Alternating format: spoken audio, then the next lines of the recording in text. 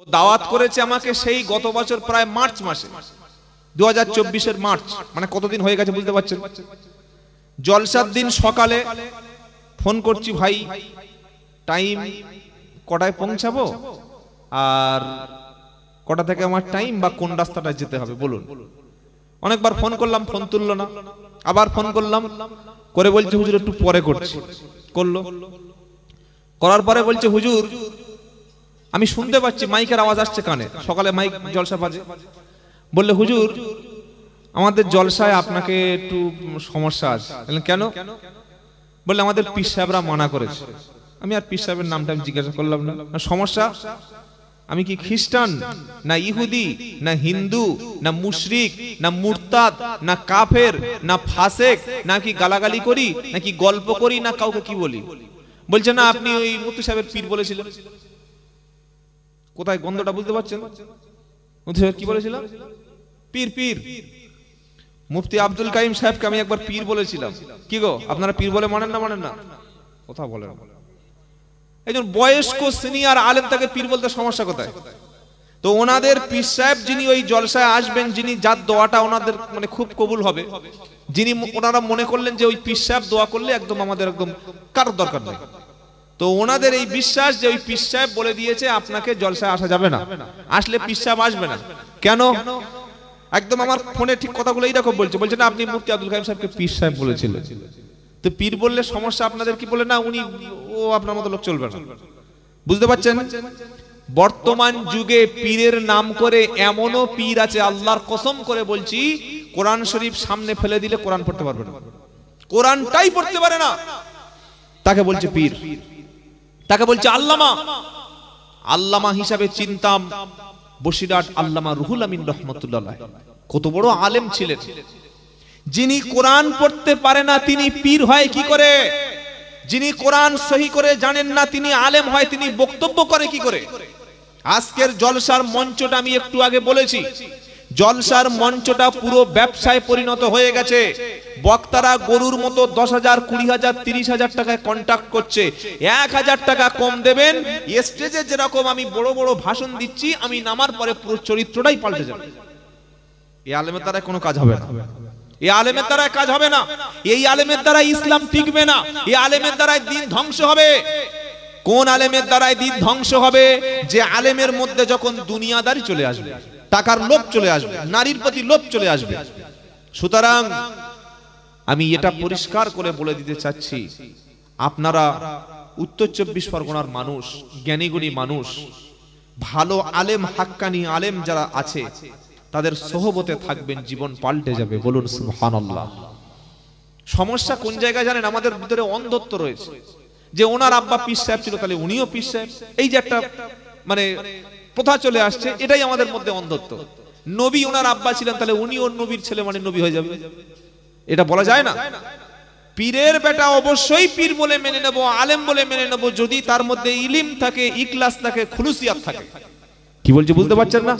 আর যদি তার মধ্যে ইলম না থাকে, অন্ধর মতো তার পিছনে তাকবীর দিয়ে ধন্য করা, এটা অন্তত আমি পারি না। এই কারণে আমার সঙ্গে অনেক পীর সাহেব জলসা করছে না। তারা বলে দিয়েছে বাবা আপনি আসলে ঠিক আছে ভাই, আমার তো এমনি ঘুমানোর সময় পাচ্ছি না, আজ রাতে একটু ঘুমিয়ে নিয়ে একটু পড়াশোনা করে নি।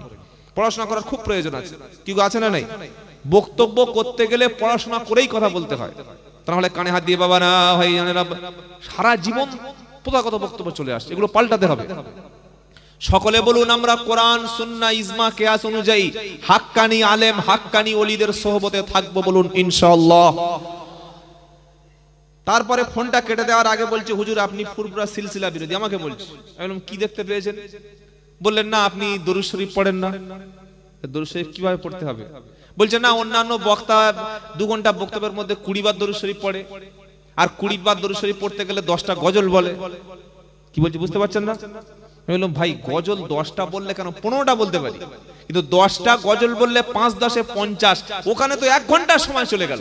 তাহলে সাধারণ মানুষ টাকা দিয়ে আমাকে কোরআন শোনার জন্য 500 লোক আমার দিকে হা করে তাকিয়ে আছে, আর আমি গজল বলতে এসেছি, এটা কবে ভাববো? দরুদ শরীফ পড়ুন, বারবার পড়ুন, কিন্তু সেটা যেন মানুষকে টাইম পাস করার দরুদ শরীফ না হয়। কি বলছে বুঝতে পারছেন না? এইসব বাজে বাজে কথা বলা হলো, এইসব বলে বলি ঠিক আছে ভাই, অসুবিধা নাই, আপনি আপনার পীর সাহেবদের দিয়ে বক্তব্য করিয়ে নিন, আমি গেলে যদি আপনাদের সমস্যা হয় তাহলে আপনি করুন। তবে মনে রাখবেন, যেদিন এসে গেছে ভারতবর্ষের মুসলমানদের সামনে কে পীরপন্থী, কে তবলিগপন্থী, কে বসিরহাটপন্থী, কে ফুরফুরাপন্থী, এইগুলো দেখা হবে না। মসজিদ, মাদ্রাসা, খানকা, ঈদগাহ, কবরস্থান, এটা কি ঈদগাহ?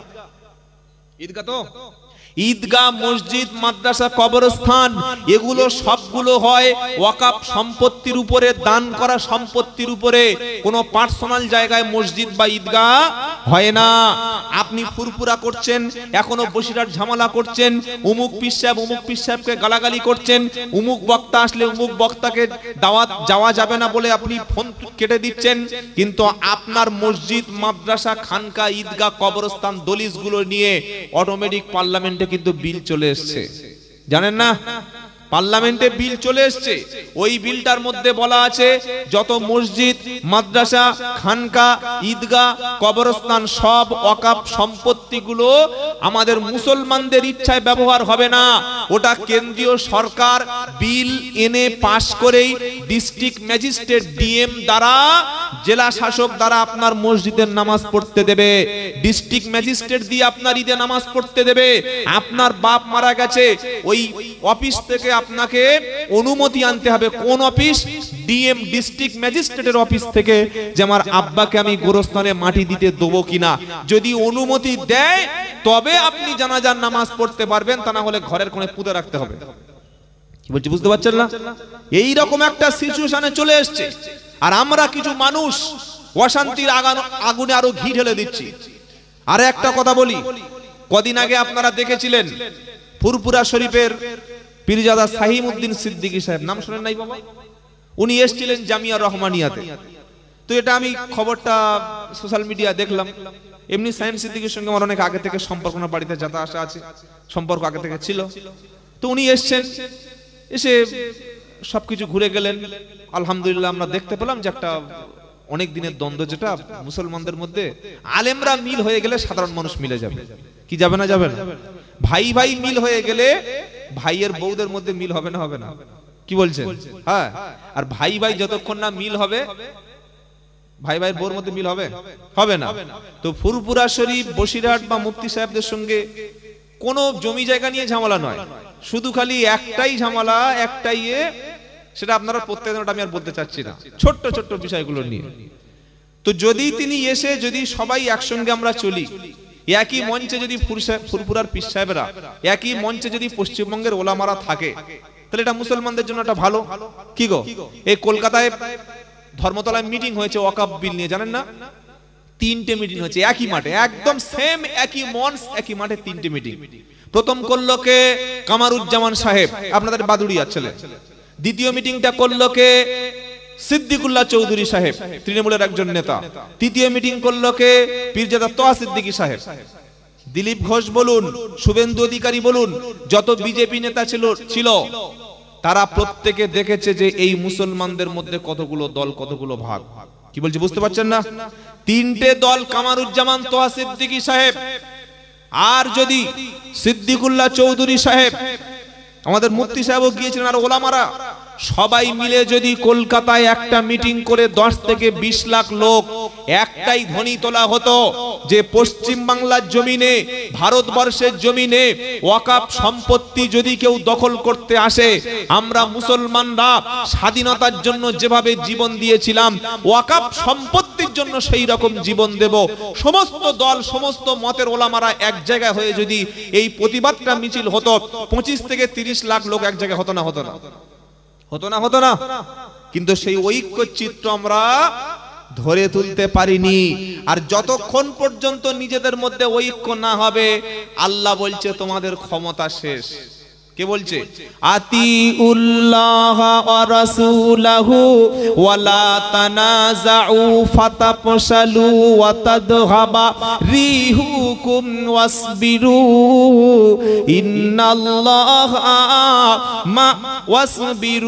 ইন্নাল্লাহা মা'আস সাবিরিন। 10 নম্বর পারা দ্বিতীয় পৃষ্ঠা প্রথম লাইনে 46 নম্বর আয়াত, সূরার নাম আনফাল। আল্লাহ পাক বলছেন আতিউল্লাহ ওয়া রাসূলাহু, তোমরা আল্লাহ এবং রাসূলের আনুগত্য করো। ওয়ালা তানাজাউ ফাতাফশালু ওয়া তাযহাবা রিহুকুম, তোমরা যেন নিজেদের মধ্যে ভাগাভাগি করো না, নিজেদের মধ্যে মতনৈক্য করো না, নিজেদের মধ্যে মতামতে ভাগ করে দিও না। যদি তোমরা নিজেদের মধ্যে ঐক্য না থাকে, এ ওই দলের সে ওই দলের, একই জলসায় অমুক বক্তা আসলে বয়কট হবে, একই গ্রামে অমুক ব্যক্তি আসলে আমি যাব না, একটা গ্রামে 10টা জলসা, 2টো ঈদগাহ, 2টো মসজিদ, এইভাবে যদি তোমাদের মধ্যে ভাগাভাগি থাকে তাহলে তোমরা দুর্বল হবে, তোমরা ক্ষমতাহারা হয়ে যাবে। 15টা বছর শেখ হাসিনা বাংলাদেশে জ্বালিয়েছেন, জানেন না? জানেন না? জানেন না? তখন হাজার দল ছিল, জামাত ইসলামী কোথায়, ওহাবি কোথায়, জামাত ইসলামী কোথায়, আজানগাছি কোথায়, কাদরিয়া কোথায়, মানে কত রকমের দল ছিল। যখন সবাই মিলে এক, তখন জালিম পালিয়ে চলে গেছে। আজকেরই সারা বিশ্বে এখন বর্তমানে যুবকদের একটা শ্রেষ্ঠ ইয়ং সোসাইটির জন্য একটা ভালো বক্তা আছে, ডক্টর মিজানুর রহমান আজহারি। শুনেছেন না শুনেন নাই? আজকেরই তিনি বাংলাদেশে প্রথম মাহফিল করছেন, আজকেরই। অন্তত 18 থেকে 20 লাখ লোক, আমি আস্তে আস্তে লাইভ দেখছিলাম। সুবহানাল্লাহ। তো মানুষ, ওলামারা যদি মিল হয়ে যায়, সাধারণ মানুষ এক জায়গায় হবেই। আল্লাহ বলছেন তোমরা ঐক্য হও, যদি ঐক্য না হও ক্ষমতাহারা হয়ে যাবে, দুর্বল হয়ে যাবে।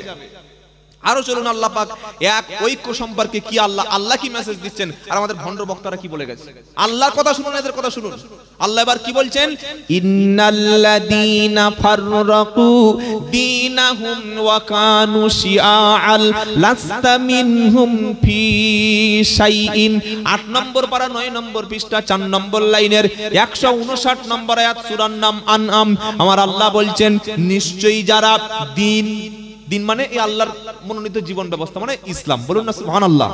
আমার আল্লাহ বলছেন নিশ্চয়ই যারা ধর্মকে, দিনের অংশকে টুকরো টুকরো টুকরো টুকরো ছোট ছোট ছোট ছোট করে মহল্লায় মহল্লায়, পাড়ায় পাড়ায়, দরবারে দরবারে, মসজিদে মসজিদে ভাগাভাগি করে নিয়েছে, আর নিজেদের দলটাকে নিজেরা আলাদা আলাদা করে বেছে বেছে নিয়েছে। আল্লাহ বলছেন নবী, ওই সমস্ত লোকদের সঙ্গে আপনার কোনো সম্পর্ক নাই।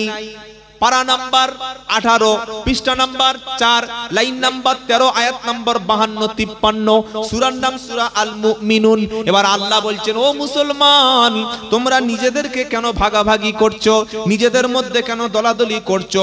আবার কিছু এমন ব্যক্তি আছে, এই যে মানুষ যখন এক হয়ে যাচ্ছে এরা আর সহ্য করতে পারছে না, সবাই যদি এক হয়ে যায় তাহলে আমরা কি করব?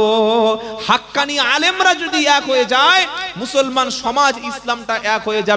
যখন সাইম সিদ্দিকী আসলেন আমাদের জামিয়াতে, তখন মুফতি সাহেব যাওয়ার কথা আমার মুহিত ভাই বলে গেলেন। কি গো, শুনছেন না?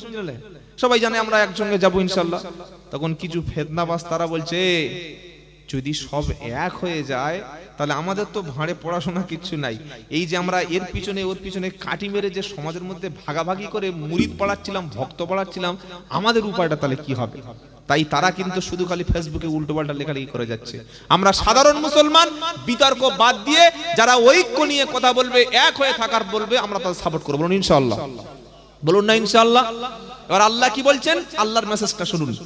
সূরার নাম বলে দিয়েছে আল মুমিনুন, 18 পারা 4 পৃষ্ঠা 13 নম্বর লাইন, 52-53 নম্বর আয়াত। আল্লাহ কি বলছেন, ওয়া ইন্না হাদিহি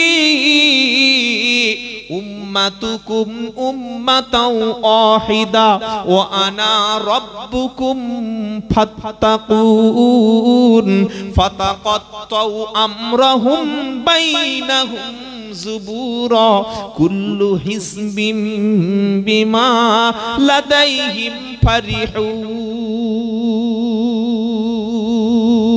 আমার আল্লাহ বলছেন ওয়া ইন্না হাদিহি উম্মাতুকুম উম্মাতাও ওয়াহিদা, তোমরা এই উম্মাত, তোমাদের দল তো একটা দল, জোরে বলুন। এটা আমি বানালাম, তাই তো নাকি? কার কথা? কার কার? কোন হুজুরের কথা না, কোন বক্তার কথা না, ডাইরেক্ট আমার আল্লাহর কথা। বলুন সুবহানাল্লাহ। আল্লাহ বলছেন তোমরা উম্মাত, তোমরা একই উম্মাত, তোমাদের দল হলো একটা, তোমরা এই উম্মাত, একই উম্মাত, একই দল। কাবা শরীফ এক, তোমাদের নবী এক, তোমাদের রাসূল এক, তোমাদের আল্লাহ এক, তোমাদের কোরআন এক, সবাই যখন এক উম্মত, জোরে বলুন এক। আর এক যদি দুনিয়ায় না হবি তো ভাই একবার মরে দেখ। কি গো, দুনিয়ায় ও মিলাদ করলে আমি যাব না, ওর বাড়িতে সওয়াবরসানিতে বসবো না, ওর বাড়ির মেয়েতে বিয়েতে আমি যাব না, ও ওই দল করে ওকে সালাম দেব না, ও আসলে মঞ্চে আমি নেমে পালিয়ে যাব, আর মরে গেলে টেনে নিয়ে গোরস্থানে সব। কি গো, তখন আর আলাদা গোরস্থান আছে? তবলিগের আলাদা, ফুরফুরার আলাদা, আজানগাছির আলাদা, হানাফিদের আলাদা, শাফি মাযহাবের আছে নাকি, বসিরহাটদের আলাদা, কোনো তখন সব এক জায়গায়, তখন আর কোনো ঝামেলা করে না, সব কাঠ হয়ে শুয়ে পড়ে আছে, আর তখন আলাদা হতে পারছে না। খালি দুনিয়ায় আলাদা, আখিরাতে আর কোনো আলাদা দল নাই। আখিরাতে দল হলো দুটো, কটা? আসহাবুল ইয়ামিন, ডানপন্থী দল, জান্নাতি দল।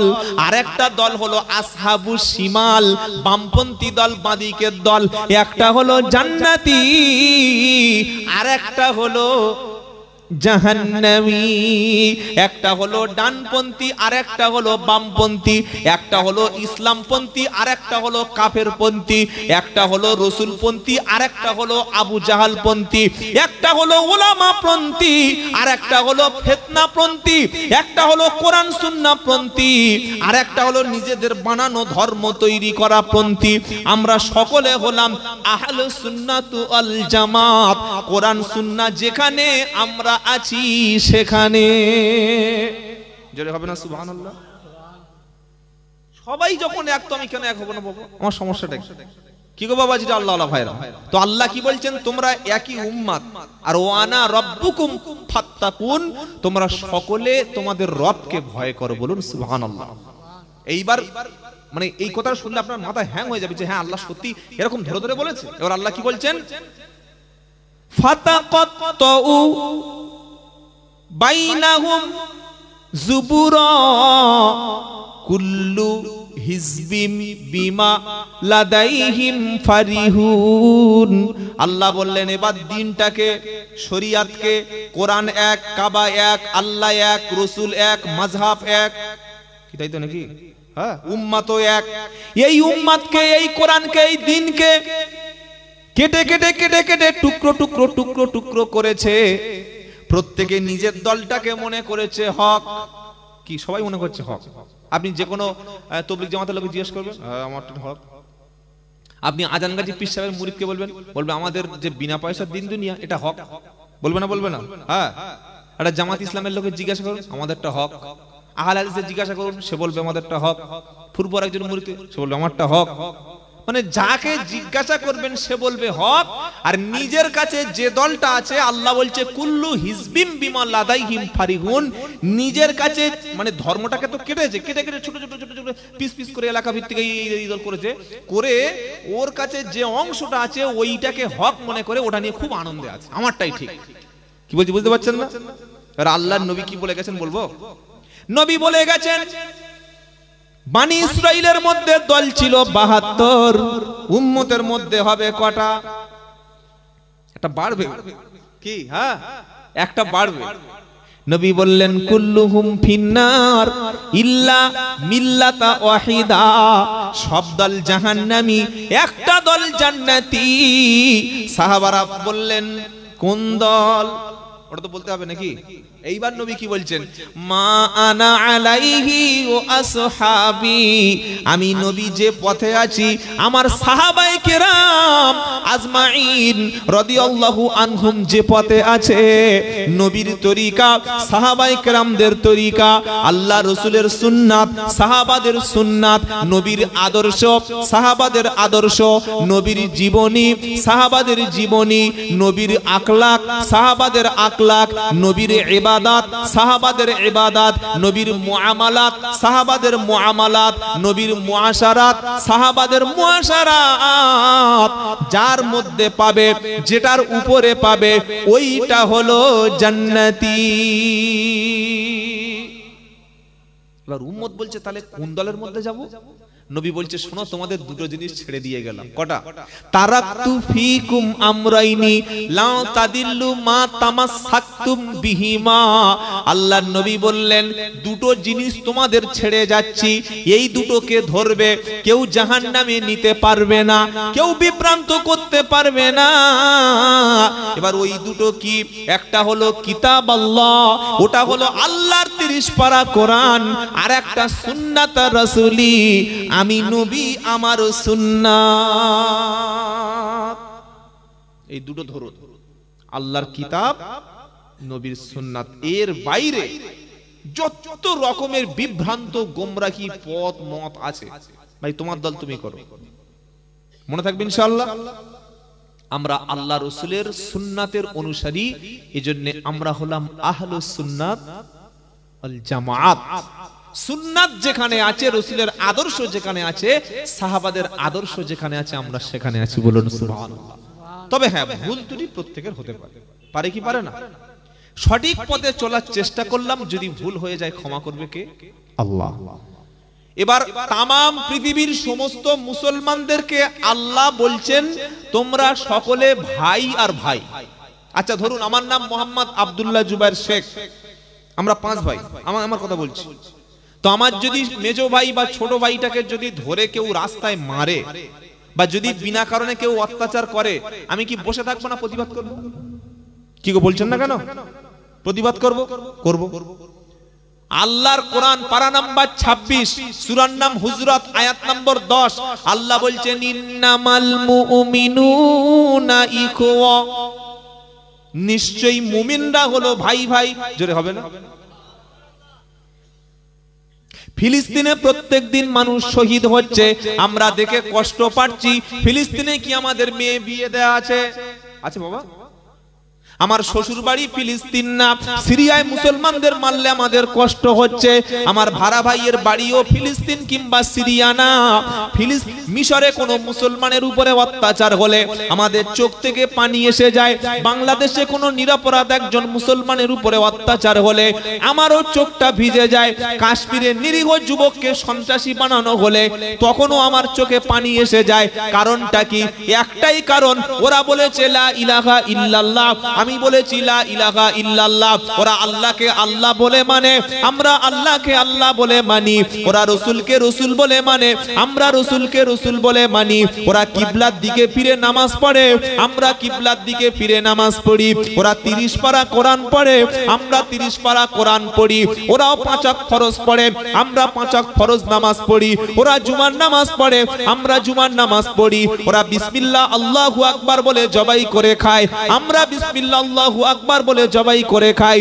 আমরা রাসূলের উপরে সালাত ও সালাম পাঠ করি, তারাও রাসূলের উপর সালাত ও সালাম পাঠ করে। তারা আমার মায়ের পেটে ভাইয়ের মতো। বিশ্বের জমিনে যত মুসলমান আছে সবাই হলাম আমরা ভাই ভাই।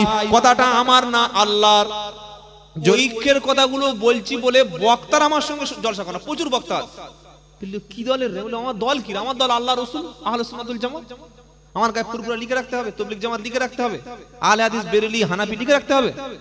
হ্যাঁ, হানাফি মাযহাবকে অনুসরণ করি, হাক্কানি ওলামাদের সোহবতে থাকি, কিন্তু আমি তো মুসলমান, আমার মুসলমান পরিচয় দিয়ে মরতে হবে। হবে কি হবে না? আপনি মরণের সময় খালি হাতে লিখে রাখবেন তাবলীগ জামাত, ফুরফুরা সিলসিলা, আজান গাছি বেরেলি, ওই দেখবে আর কেলাবে। কি বুঝলেন? মরতে হবে একটা পরিচয়, ওটা হলো মুসলমান। জোরে বলুন সুবহানাল্লাহ। তোমরা এক হবো না? সারা জীবন পূর্ব পশ্চিমের দ্বন্দ্ব হয়ে যাবে, সারা জীবন এদের সাথে ঝামেলা হয়ে যাবে। মনে রাখবেন, আমরা মুসলমান পৃথিবীতে বাস করি 200 কোটি। ফিলিস্তিন দেশ শেষ হয়ে গেছে, ফিলিস্তিনে আর কেউ নাই। হাজার হাজার ঘর বাড়ি হসপিটাল শেষ, হাজার হাজার মাদ্রাসা মসজিদ ধ্বংস, হাজার হাজার কবর মাজার সেখানে ধ্বংস, হাজার হাজার মসজিদের উপরে বোম্বিং করে শেষ করে দিয়েছে। তবে পশ্চিমবঙ্গ কিচ্ছু হবে না, হবে হবে না। দুটো ঘটনা বলছি, 1 মিনিটে কান খাড়া হয়ে যাবে। বলে বলুন, এবার শুনুন তাহলে। বেলডাঙ্গায় একটা ঘটনা হয়েছিল, মনে আছে? গত 1 মাসের মধ্যে একটা পুজো মণ্ডপের লাইটে, এলইডি লাইটের উপরে আল্লাহর নামে অশ্লীল শব্দ লিখে দেয়া হয়েছিল এবং বিশাল একটা রায়ট হচ্ছিল। আপনারা শুনে নাই বেলডাঙ্গায়, মুর্শিদাবাদে? ওই দেখুন, শুনেছে। পরবর্তীকালে 1 সপ্তাহ আগে যে ধরা পড়লো সে মুসলমান না, ওটা একজন সাম্প্রদায়িক, একজন জঙ্গি। সে হিন্দু মুসলমানের মধ্যে অশান্তি করার জন্য, মারামারি বাঁধানোর জন্য। ধরুন এই গ্রামে 500 মুসলমান বাস করে। এবার মসজিদের মধ্যে যদি শুকরের মাংস যদি কেউ ফজরের সময় ফেলে দিয়ে যায়, সকালে মারামারি হবে না? হবে না। আর মারামারি গুলো কারা করবে? অমুসলিমদের উপর আমরা গিয়ে করবো, এই তোরা মসজিদে ফেলেছিস কেন?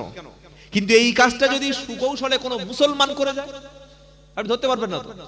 বেলডাঙ্গা, আমি ওখানে 3 বছর কাপাসডাঙ্গা বড় মাদ্রাসায় জলসা করেছি, 3 বছর যাচ্ছি আল্লাহর রহমতে। ওখানে মুসলিম বেল্ট, মুসলিম এলাকা। তো ওই জায়গায় অমুসলিম আমাদের হিন্দু ভাইরা বাস করে। তারা একটা পূজা করছে, সেই গেটে আল্লাহর নামে অশ্লীল ভাবে লিখে দেওয়া হয়েছে। ওটা লিখেছে কে? একজন অমুসলিম জঙ্গি, দেশ বিরোধী, আল্লাহর নামে গালাগালি করে। সে একজন ইঞ্জিনিয়ার। ওই কাজটা করেছে। কেন করেছে? যাতে পশ্চিম বাংলায় অশান্তির আগুন ছড়িয়ে পড়ুক। আপনি চিন্তা করতে পারছেন? যখন মুসলমানরা গিয়ে ওটা ঝামেলা করবে, তখন একটা দাঙ্গা ছড়িয়ে পড়বে, ব্যাস তারা যেটা চাইছে হয়ে যাবে। আজকে সকালের কথা বলছি, আজকে 2টো ছেলে ফারাক্কা ব্যারেজ আছে জানেন? মালদা যাওয়ার আগে ফারাক্কা ব্রিজ, ফারাক্কার আগে ধুলিয়ান সুতি বলে একটা জায়গা আছে, সুতি। ওখানে রেল লাইনের উপরে মদন আর আরেকটা ছেলের নাম, দুজনেই অমুসলিম, দুজনে বোম নিয়ে রেল লাইনের উপরে রেখে পালাচ্ছিল। কেন? বোমটা যখন ব্লাস্ট হবে, বিস্ফোরণ হবে, ওই এলাকাটা মুসলিম প্রধান এলাকা, তাদের ঘাড়ে দোষ চাপিয়ে বেশ কিছু নিরীহ মানুষকে গ্রেফতার করে পশ্চিম বাংলাটা বলা হবে যে এটা পাকিস্তান হয়ে গেছে, অত্যাচার ধরপাকড় শুরু হয়ে যাবে। কোন জায়গায় আমরা বাস করছি? প্রতিনিয়ত আমাদের বিরুদ্ধে ষড়যন্ত্র করছে যারা দেশ বিরোধী, যারা হিন্দু মুসলমান ঐক্য থাকতে চায় না, তারা ষড়যন্ত্র করছে পশ্চিম বাংলায়। আমরা এগুলো দেখে আমাদের চোখ কি এত অন্ধ হয়ে গেছে? এরপরে আমরা এই সমস্ত ছোট্ট ছোট্ট বিষয় নিয়ে আমাদের মধ্যে ভাগাভাগি করব, মারামারি করব, অশান্তি করব। কেন? একজন অন্য দলের মানুষকে আমি সালাম দিয়ে বুকে টেনে নিতে পারি না? অন্য একটা দলের মানুষ, সে আমার দলের নয়, আমি তাকে দাওয়াত করে খাওয়াতে পারি না? অন্য একটা দলের মানুষ, সে আমার হয়তো পীর সাহেবের মুরিদ নয়, তা বলে আমি তাকে বুকে টেনে নিতে পারি না? এইটা যারা চায় না, বুঝতে হবে তারা ইহুদিদের দালাল। যারা চাইছে তবলিগ, ফুরফুরা, আজানগাছি, কাদরিয়া, চিস্তিয়া, তারপরে বসিরহাট মুফতি সাহেবদের সঙ্গে ফুরফুরা ঝামেলা আরো চলতে থাকুক, আরো অশান্তি হোক, বুঝতে হবে তারা ইহুদিদের কি দালাল। আর ইহুদিদের দালালদের মাদ্রাসা কিন্তু মাটির তলায় আছে, উপরে নাই। তারা আলেম তৈরি করছে। কোন আলেম? যারা ছোট্ট ছোট্ট বিষয় নিয়ে ফতোয়া দেবে। কি ফতোয়া? এখানে হাত না মারলে নামাজ হবে না। ফতোয়া দেওয়ার লোক আছে না নাই? কি গো? হ্যাঁ, আমিন বলতেই হবে, না বললে হবে না। আবার এখানে হাত মারলে এটাও সমস্যা আছে। মানে এমন এমন বিষয় নিয়ে আপনাকে ফতোয়া দেবে যেন শরিয়াতের শুদ্ধ অংশ ওইটুকু, আর কোনো অংশ নয়। এগুলো কেন ভাই? এগুলো থেকে বার হয়ে আসুন। আমাদের মুসলমানদের মধ্যে প্রথম যেটা দরকার সেটা হচ্ছে শিক্ষা। আজকের মুসলমানদের মধ্যে কত মূর্খ ছেলেপুলে আছে আপনি জানেন? যারা না গেছে স্কুলে, না গেছে মাদ্রাসায়, না গেছে কোনো শিক্ষা প্রতিষ্ঠানে। আজকের আমি তো দোয়া করি সব সময়, বিশেষ করে অল ইন্ডিয়া সুন্নাতুল জামাতের জন্য। কিসের? তারা যে আন্দোলনটা শুরু করেছে, মুফতি আব্দুল মাতিন সাহেব, কাইম সাহেব, রজব আলী সাহেব, সেই আন্দোলনটার নাম হচ্ছে শিক্ষার আন্দোলন। জোরে বলুন সুবহানাল্লাহ। জাতিকে যদি আমরা শিক্ষা না দিতে পারি, জাতিকে যদি স্কুল না করে দিতে পারি, জাতিকে যদি মাদ্রাসা না করে দিতে পারি, মসজিদ না বানিয়ে যেতে পারি, এরকম লক্ষ লক্ষ টাকার জলসা দিয়ে হুজুরের পকেট মোটা হবে। আগে হুজুর ছিল 50, পরের বছরে 60 কেজি। আগে চড়তো 20 লাখ টাকার গাড়ি, এখন চড়বে 30 লাখ টাকার গাড়ি। আগে হুজুরের বাড়ি ছিল মাটির, এখন হবে 3 তলা, প্রত্যেকটা রুমে এসি। খালি বলবো উফ আমার হুজুরের এত বড় বাড়ি, হুজুরের বাড়ি গিয়ে সেলফি তুলে ছাড়ছে, আমার হুজুরের বাড়ি দেখ। তোর বাড়িটা কবে পারবে? তোমার টাকায় তার সংসার চলে, তোমার টাকায় তার পেট চলে, তোমার টাকায় তার হাঁড়ির মধ্যে খাবার তৈরি হয়। তুমি দাঁত কেলিয়ে ছবি তুলে বলছো আমার হুজুরের বাড়ি দেখ। কিন্তু তোমার গ্রামে একটা মসজিদ নতুন হয়নি, তোমার গ্রামে মসজিদটার মধ্যে মক্তব চালু নেই, তোমার গ্রামের মধ্যে একটা নতুন স্কুল কি চালু হয়েছে, তোমার গ্রামের মধ্যে নতুন কোন শিক্ষা প্রতিষ্ঠান চালু করতে পেরেছে ওই হুজুর এসে? যদি না করতে পারে তাহলে এই হুজুরকে তুমি এত টাকা দিচ্ছ কেন? কি আপনাদের কষ্ট হচ্ছে? শিক্ষার পিছনে মুসলমান টাকা খরচ করবেন। এখন বর্তমান যুগে এই যে প্রাইমারি স্কুলের লেখাপড়া এখানে কিচ্ছু নাই, আমি এই কথাটা সব জায়গায় বলি। তারা মিড ডে মিল দিচ্ছে, খাবার দিচ্ছে, ব্যাগ দিচ্ছে, বই দিচ্ছে, জুতো দিচ্ছে, স্কলারশিপ দিচ্ছে, কিন্তু স্কুলে শিক্ষা নাই। শিক্ষা মানুষকে সচেতন করে, শিক্ষা মানুষকে প্রশ্ন শেখায়, শিক্ষা মানুষকে উগ্রবাদী বানায় না, শিক্ষা মানুষকে মাথা নিচু করে চলতে শেখায়, শিক্ষা মানুষকে ধর্মের পথ দেখায়, শিক্ষা মানুষকে সচেতন করে, অন্ধ ভক্তকে চোখ কাটিয়ে দেয়। তাই সরকার সব দেবে, কখনো আপনার শিক্ষা দেবে না। সবাই যদি শিক্ষিত হয়ে যায়, সবাই যদি লেখাপড়া শেখে, তখন 2 নম্বরই কন্ট্রাক্টরি কে করবে? তখন বোম বাঁধবে কে? তখন মানুষেরকে অস্ত্র ধরে হানাহানি করবে কে? তাই রাজনৈতিক নেতারা কোনোদিন সাধারণ জনগণকে দেখবেন হসপিটাল দেবে, তারা নতুন আবাস যোজনার ঘর দেবে, তারা রাস্তা করে দেবে, তারা ফ্রিতে পানি দেবে, ফ্রিতে বিদ্যুৎ দেবে, কিন্তু ফ্রিতে শিক্ষা দেবে না। রাজনৈতিক কারবারিরা ফ্রিতে শিক্ষা দেবে না। আর ভণ্ড বক্তা, ভণ্ড হুজুররা কখনো মানুষকে কোরআন শিখতে, কোরআন পড়তে, কোরআন বুঝতে, কোরআনের মক্তব তৈরি করতে, কোরআনের মাদ্রাসা তৈরি করতে বিরোধিতা করতে। কি বলছি বুঝতে পারছেন না? ফুরফুরার আবু বকর সিদ্দিক রাহমাতুল্লাহ আলাইহি তিনি শুধুমাত্র জলসা কোরআনের মাহফিল করে কবরে চলে যাননি, তার সিলসিলা টিকে ছিল, টিকে আছে এই কারণে শুধুমাত্র মাদ্রাসার মধ্যে আলেম তৈরি হয়েছে, তারাই আদর্শ টিকিয়ে রেখেছে। জোরে বলুন সুবহানাল্লাহ। একটা জাতি আদর্শ দ্বারাই টিকে থাকে, অন্য কোনো না। আদর্শ যে জাতির মধ্যে থাকে না, সে জাতির কোনো অস্তিত্ব থাকে না। পৃথিবীতে অনেক ধর্মই শেষ হয়ে গেছে, শুনলে অবাক হয়ে যাবে। আজ থেকে 3000-4000 বছর আগে এমন ধর্ম ছিল যে ধর্মটাই শেষ হয়ে গেছে, ধর্ম বলতে আর কিছু নাই। এমন ভাষা ছিল যে ভাষাটাই শেষ হয়ে গেছে। কেন? সেই ভাষা চর্চা হয়নি, সেই ধর্ম চর্চা হয়নি। সেজন্য ইসলাম বাঁচাতে গেলে আমাদের শিক্ষা প্রতিষ্ঠানের দিকে লক্ষ্য রাখতে হবে। আমাদের প্রত্যেকটা মসজিদে মক্তব চালু করতে হবে। আপনাদের যে মসজিদে আমি এসে নামাজ পড়লাম, খুব সুন্দর মসজিদ, ইমাম সাহেবও নিশ্চয়ই যোগ্য ইমাম, যারা বয়স্ক আছেন, একটু মুরব্বী মানুষ বসে আছেন, আপনারা চেষ্টা করবেন কি জানেন? আপনারা আল্লাহর কোরআনটা একটু শিখে নেওয়া। বাবাজিরা, আল্লাহর ভাইরা, একটু কষ্ট করে যদি মাগরিবের পরে 10 মিনিট আধ ঘন্টা করে ইমাম সাহেবের কাছে বসে, পার্সোনাল, সবার সামনে বসার দরকার নেই, যদি বসেন কোরআনটা একটু শিখবো, নবীর সুন্নাতটা একটু শিখবো, আলেমদের, আল্লাহর যারা হাক্কানি আলেম বান্দা ছিলেন তাদের আদর্শটা আমি একটু শিখবো, এটা ক্ষতি আছে? ক্ষতি আছে নাকি? নবী বললেন, খায়রুকুম মান তাআল্লামাল কুরআনা ওয়া আল্লামাহু, তোমাদের মধ্যে সবচাইতে উত্তম হলো তারা নিজে কোরআন শেখে যারা অপরকে শিক্ষা দেয় যারা। জোরে বলুন সুবহানাল্লাহ। সকলে বলুন কোরআনের ছাত্র হয়ে কবরে যাব, বলুন ইনশাআল্লাহ। জোরে বলুন ইনশাআল্লাহ। হাসরের ময়দানে কোরআন আপনার পক্ষে সাক্ষী দেবে অথবা কোরআন আপনার বিপক্ষে সাক্ষী দেবে। যার পক্ষে কোরআন দাঁড়াবে, যে ব্যক্তি মসজিদে কোরআন পড়েছে, ইমাম সাহেবের কাছে কোরআন শিখেছে, আলেমের সোহবতে বসে কোরআন শিখে নিয়েছে, বাড়ির মধ্যে তেলাওয়াত করেছে, জিকির করেছে, আর এই ব্যক্তি ইন্তেকালের সময় কোরআন শুনতে শুনতে কবরে গেছে, আর মরণের পরে কোরআনের নেকি কিয়ামত পর্যন্ত কবরে পৌঁছে গেছে। কিয়ামতের দিন বান্দা যখন সামান্য অপরাধের কারণে জাহান্নামে যাওয়ার সিদ্ধান্ত হয়ে যাবে, কোরআন তখন বলবে, এমন ব্যক্তিকে কখনো জাহান্নামে দিবি না, যে ফজরে পড়েছে, জোহরে পড়েছে, আসরে পড়েছে, মাগরিবে পড়েছে, ঈশায় পড়েছে যারা, আর মরণের সময় কোরআন শুনতে শুনতে মারা গেছে যারা, এই কোরআন বলবে, আল্লাহ এই ব্যক্তিকে জান্নাতে না দেয়া পর্যন্ত আমি কোরআন চুপ করব না। জোরে বলুন সুবহানাল্লাহ। কোরআনের সুপারিশ পেতে চাই, চাই কি চাই না? বিশ্বাস করুন, কবরে আপনার কেউ উপকার করতে পারবে না। যত বড় হুজুর হোক, যত বড় বিখ্যাত 50-60 হাজার টাকার ভিজিটওয়ালা বক্তা আনেন, আপনাকে কবরে কেউ আপনার উপকার করতে পারবে না, এটা লিখে রেখে দেন। আর যদি হ্যাঁ বলে যে উপকার করতে পারবে, আপনি হুজুরের নামটা দিন, শুনে দেখি, জিজ্ঞাসা করে কি করে উপকার করবে। কিন্তু কোরআন আপনার পাশে দাঁড়াবে, নামাজ আপনার পাশে দাঁড়াবে, ইবাদত আপনার পাশে দাঁড়াবে, আমল আপনার পাশে দাঁড়াবে। জোরে বলুন না সুবহানাল্লাহ। তাহলে যে আমার পাশে থাকবে দুনিয়ায়, তার পাশে আমি থাকবো না? থাকবো না? কিয়ামতের দিন আমার পাশে যে সুপারিশ করবে, আমি তো দুনিয়া তার সাথে থাকবো ইনশাআল্লাহ। বলুন বাবাজিরা, আল্লাহর ভাইরা, অনেক কথা বলেছি, কিছু মনে করবেন না, কষ্ট করেন বললাম বলে। আমাদের মধ্যে ঐক্য দরকার, শিক্ষার দরকার।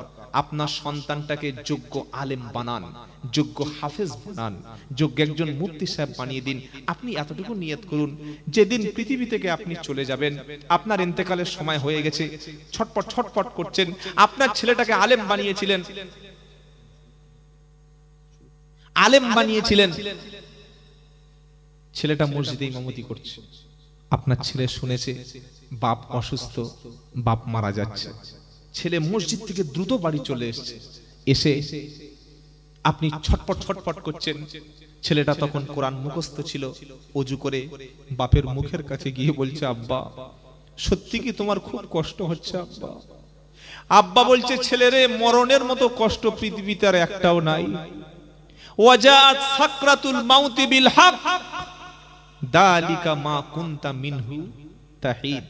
তুমি যে মৃত্যুর কষ্ট, আল্লাহ বলছেন অবশ্যই সাকরাতুল মাউত, মৃত্যুর যন্ত্রণা আসবেই আসবে, যেটাতে তুমি পালিয়ে চলে যেতে সেই মৃত্যুর শাস্তি এসে যাবে। ছেলে আলেম ছিল, বসে বসে কোরআন সূরা ইয়াসিন পড়ছে। সূরা ইয়াসিনটা যখন তেলাওয়াত করতে শুরু করেছে, মৃত্যুর যন্ত্রণা তখন সূরা ইয়াসিনের উসিলায় আল্লাহ হালকা করে দিয়েছে। জোরে বলুন সুবহানাল্লাহ। এই বাবাজিরা, ছেলে বাপের কানে বসে বসে শোনাচ্ছে লা ইলাহা ইল্লাল্লাহ মুহাম্মাদুর রাসূলুল্লাহ সাল্লাল্লাহু আলাইহি সাল্লাম। বাপ কয়েকবার শুনতে শুনতে বাপ খুব জোরে আল্লাহু আকবার এটা বলার সাথে সাথে মুখ দিয়ে বার হয়ে গেল লা ইলাহা ইল্লাল্লাহ মুহাম্মাদুর রাসূলুল্লাহ। বলার সাথে সাথে বাপের চোখটা দাঁড়িয়ে গেল, ডান দিকে মুখটা ঘুরে গেল, শরীরটা ঠান্ডা হয়ে গেল। ছেলের সঙ্গে সঙ্গে বলে নিলেন ইন্না লিল্লাহি ওয়া ইন্না ইলাইহি রাজিউন। সবাই কাঁদতে শুরু করেছে। আলেম ছেলে বলছে, কেঁদো না, আমার আব্বা পৃথিবীতে এখনই চলে গিয়েছে, তিনি আল্লাহর মেহমান হয়ে গেছে। ছেলে যদি আলেম হয়, কোরআনওয়ালা হয়, দ্রুত গোসল দিয়ে জানাজার মাঠে দাঁড়িয়ে গিয়ে ছেলে যখন জানাজা পড়বে আল্লাহু আকবার বলে যখন বাপের লাশের সামনে দাঁড়াবে, প্রথমে পড়বে দোয়া সানা, তারপরে আল্লাহু আকবার বলার পরে দরুদ শরীফ পড়বে, তারপরে জানাজার মাঠে আল্লাহু আকবার বলার পরে ছেলে দোয়া পড়বে। কি দোয়া? আল্লাহুম্মা গফিরলি হাইয়িনা ওয়া মাইয়িতিনা ওয়া শাহিদিনা ওয়া গায়বিনা ওয়া সাগীরিনা ওয়া কাবীরিনা ওয়া যাকারিনা ওয়া উনসানা। এই দোয়াটি যখন ছেলে পড়বে, চতুর্থবার তাকবীর বলার আগে ছেলের চক্ষুতে পানিতে চক্ষু ভিজে যাবে আর বলবে, আল্লাহ সারা জীবনের মতো বাপকে আমি শেষ দোয়াটা করে দিলাম। কাঁধে বাপকে তুলে কবরস্থানে মাইয়েতকে শুইয়ে দেবে আর দোয়া পড়বে, বিসমিল্লাহি ফি সাবিলিল্লাহ ওয়া আলা মিল্লাতি রাসূলিল্লাহ। এ আল্লাহ, আমি শেষবারের মতো বাপের গোসলটা নিচে হাতে দিয়েছি, বাপের কাফনটা সারা জীবনের মতো পরিয়ে দিয়েছি, আব্বা আর কোনোদিন নতুন ড্রেস আমার কাছে চাইবে না। শেষবারের মতো বাপকে নিজে কোলে করে শুইয়ে দিয়েছি বিছানায়, আমাকে ছোটবেলা বাপ বিছানায় নিজে কোলে শুইয়ে দিয়েছে। 3 মুঠো মাটি দিয়ে কবর থেকে যখন সবাই চলে যাবে, ছেলে কবর থেকে লাফ দিয়ে উঠে গিয়ে কবরের পাশে দাঁড়িয়ে তখন আল্লাহর কাছে হাত তুলে বলবে, রব্বুল আলামিন, আমার আব্বাকে সবাই ছেড়ে চলে যেতে পারে, কিন্তু আমি সন্তান একা ছেড়ে গেলাম না। ছেলে ঝরঝর করে কাঁদছে। আল্লাহ বলছে, ফেরেশতারা যার সন্তান আলেম ছিল, হাফেজ ছিল, মাদ্রাসায় ভালোবেসে কোরআনকে ভালোবেসে সন্তানকে আলেম বানিয়েছে, আলেম যখন আমার কাছে বাপের জন্য কেঁদেছে, ওর কবরের প্রশ্নটা সহজ করে দিবি। জোরে বলুন সুবহানাল্লাহ।